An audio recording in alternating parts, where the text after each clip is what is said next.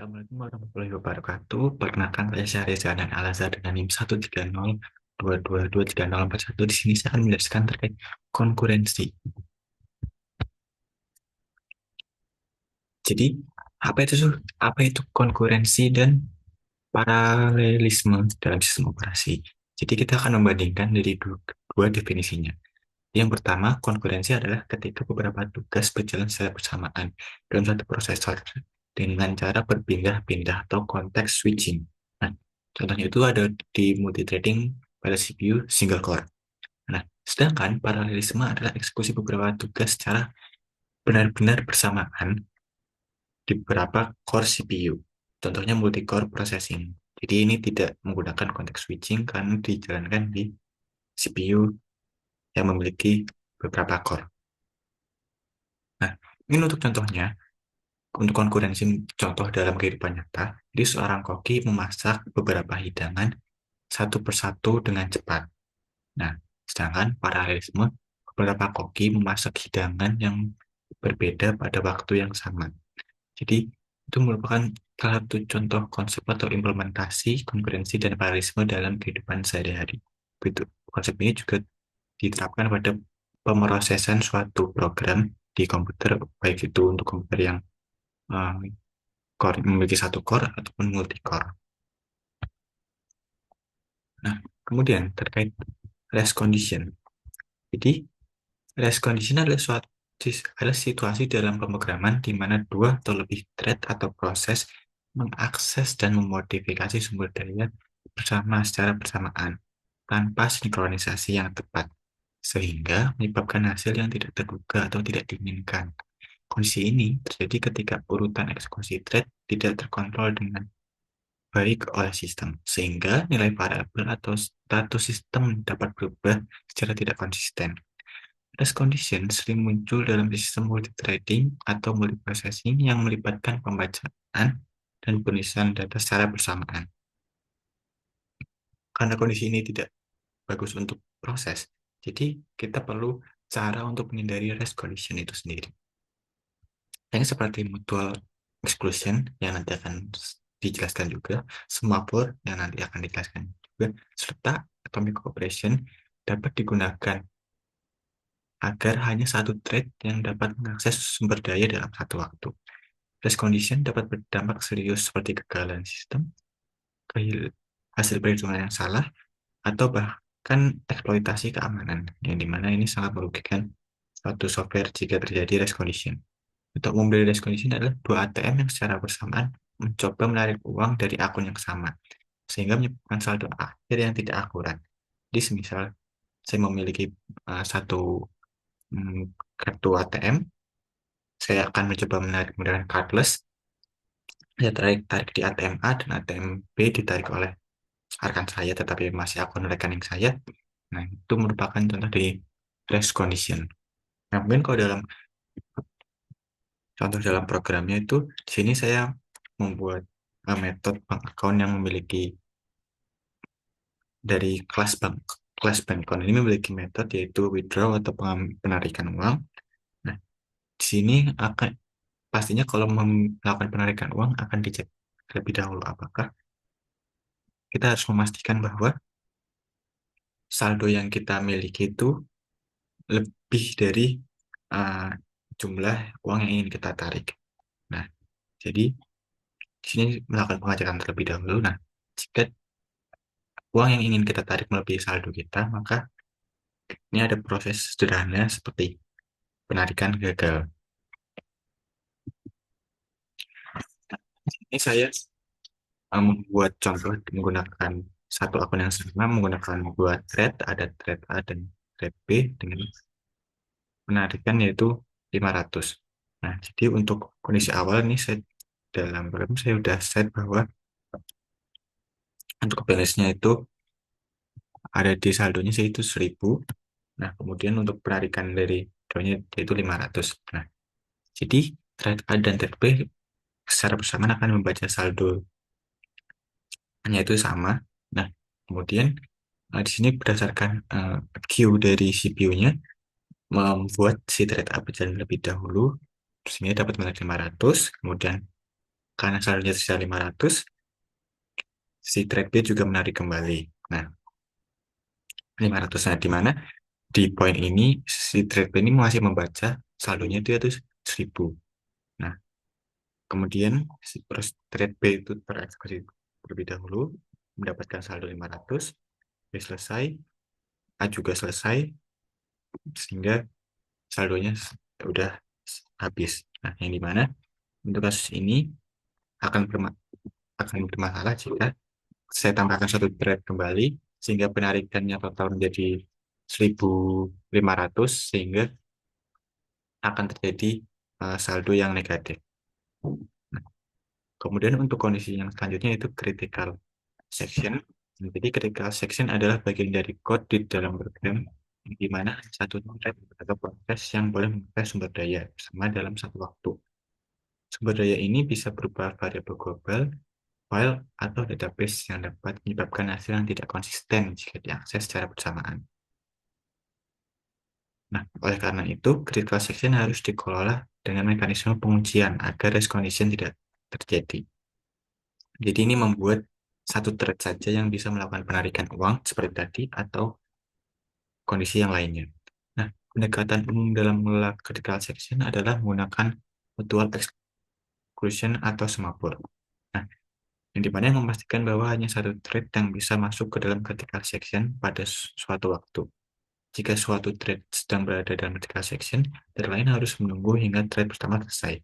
Nah, contoh dari critical section dapat ditemukan demi sistem pemesanan tiket online yang dimana hanya satu pengguna dapat memesan kursi tertentu dalam satu waktu untuk menghindari double booking.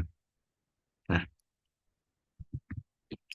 untuk contoh code-nya di sini saya akan membuat transaction yang dimana uh, kita akan ini simpelnya dia mengkoneksi dengan database. Nah, kemudian kita akan melakukan transaksi atau menambahkan transaksi yang untuk transaksi ini kita inisiasikan dengan array kosong terlebih dahulu. Nah, kemudian saya membuat 3 thread transaksi.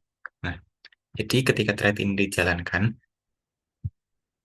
setiap kasir hanya bisa setiap kasir hanya bisa menambahkan transaksi jika kasir yang sebelumnya sudah selesai. Nah, seperti contoh di sini, kasir 1 membuat transaksi sehingga transaksinya masuk ke database-nya. Nah, kasir 2 tidak bisa melakukan transaksi jika kasir 1 belum selesai menulis transaksinya.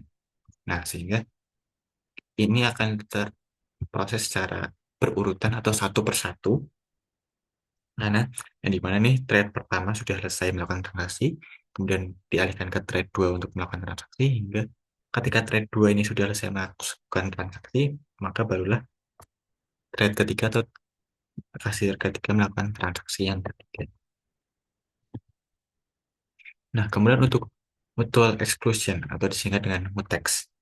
Mutex adalah teknik dalam pemrograman sinkronisasi yang memastikan bahwa hanya satu thread atau proses yang dapat mengakses sumber daya dalam satu waktu, seperti ketika section sebelumnya. Nah, dengan mekanisme ini, thread lain harus menunggu hingga thread yang sedang memerlukan sumber daya selesai sebelum bisa mengaksesnya. Nah, mutex digunakan untuk mencegah race condition dan menjaga integritas dalam satu sistem multithreading. Implementasi mutex biasanya menggunakan log atau flag yang menandakan apakah suatu sumber daya dapat digunakan atau tidak. Nah, jika suatu thread memasuki critical section, ia harus mendapatkan log terlebih dahulu. Setelah selesai, log dilepaskan sehingga thread lain dapat masuk. Salah satu contoh implementasi mutex adalah dalam sistem perbankan, yang dimana hanya satu transaksi yang boleh memperbarui saldo rekening dalam satu waktu untuk menghindari ketidaksesuaian data. Nah, untuk contohnya di sini, mungkin saya akan mencontohkan dari pemesanan tiket, yang mungkin tiket kereta, yang di mana di sini jumlah kursi yang masih tersedia itu satu, dan di sini ada metode untuk uh, melakukan pembookingan kursi. Nah, ini akan memeriksa kursi yang tersedia terlebih dahulu, nah kemudian akan mengajarkan. Pastinya, jika ingin melakukan pembookingan, kita harus memastikan bahwa kursinya ada lebih dari nol, sehingga minimal satu gitu. Kalau tidak, pastinya kursi ini tidak akan berhasil. Nah, kemudian dari metode ini, saya buat ada tiga thread atau tiga user yang akan melakukan pembukingan kursi. Nah, dilakukan secara bersamaan. Nah, ketika mengecek kursi, pastinya semuanya masih ada tersedia satu. Tetapi user 2 ini melakukan pembukingan terlebih dahulu, sehingga user 2 telah berhasil membeli tiketnya. Nah, dikarenakan tiga user ini mengakses sumber data yang sama atau sumber ketersediaan kursi yang sama, karena thread 2 atau user 2 ini sudah berhasil melakukan pembelian kursi, maka thread 1 dan thread 3 itu tidak berhasil membelikan kursi karena sumber kursinya itu sumber kursi yang sama dan sudah habis dibeli oleh user 2. Nah, kemudian semapur. Semapur adalah mekanisme sinkronisasi dalam pemrograman yang digunakan untuk mengontrol jumlah thread yang dapat mengakses sumber daya tertentu secara bersamaan. Tidak seperti mutex yang hanya memungkinkan satu thread dalam satu waktu. Semapur dapat mengatur beberapa thread untuk mengakses sumber daya berdasarkan nilai batasan tertentu. Misalnya maksimal 3 thread dalam satu waktu. Semapur digunakan dalam sistem dengan sumber daya terbatas seperti koneksi database, cloud parkir, atau thread pool management. Terdapat dua jenis semapur. Yang pertama ada counting semapur yang digunakan untuk mengizinkan sejumlah thread mengakses sumber daya secara bersamaan, dan binary semapur seperti mutex yang sebelumnya telah saya jelaskan. Yang dimana yang hanya mengizinkan satu thread dalam satu waktu. Jika thread ingin mengakses sumber daya, ia harus menunggu jika jumlah maksimal penggunaan telah tercapai. Contoh implementasi semapur dapat ditemukan dalam sistem server web yang hanya dapat menangani sejumlah koneksi klien dalam waktu untuk menghindari overload. Jadi, beberapa sistem seperti sistem dari TAK Telkom University yang hanya bisa digunakan oleh beberapa user saja dalam satu hari, sehingga memiliki semacam kuotanya. Nah, mungkin untuk contoh sederhananya dalam code, sama seperti sebelumnya, saya menggunakan Python. Nah, di sini kita akan menggunakannya pada uh, konsep parkir, yang dimana pada kenyataannya parkir memiliki satu sumber daya atau satu lahan, tapi bisa diakses secara bersamaan oleh beberapa pengemudi. Nah, di sini mungkin diakses oleh beberapa thread. Nah, di sini saya membuat metode untuk mobil itu parkir. Nah, dan saya menginisiasikan jumlah thread yang bisa mengakses si tempat parkirnya itu berjumlah 3. Jadi hanya 3 thread yang bisa mengakses sumber daya secara bersamaan.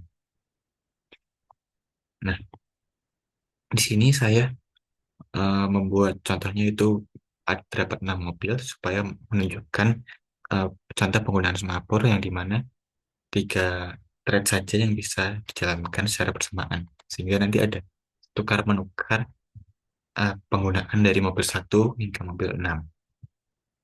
Nah, jadi sebagai contoh di sini, ini mobil satu mencoba masuk parkiran, mobil 2 juga, dan mobil 3 juga mencoba masuk ke parkiran.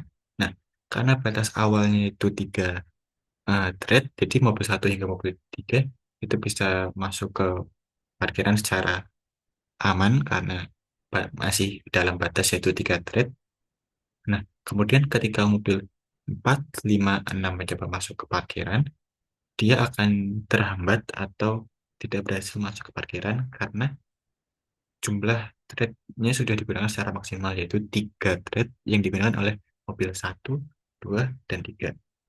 Nah, di sini saya menggunakan eh, random integer untuk menentukan durasi mobil itu parkir. Nah, di sini dalam 2 detik tuh mobil 1 telah berhasil keluar. Nah, sehingga karena mobil 3 berhasil keluar. Jadi, karena mobil 3 telah berhasil keluar, maka masih tersedia satu slot thread yang dimana mobil 456 yang tadinya menunggu untuk mendapat giliran mengakses sumber daya itu, mobil 4 bisa masuk dikarenakan tadi masih ada, karena mobil 3 keluar sehingga ada tersisa satu slot thread-nya.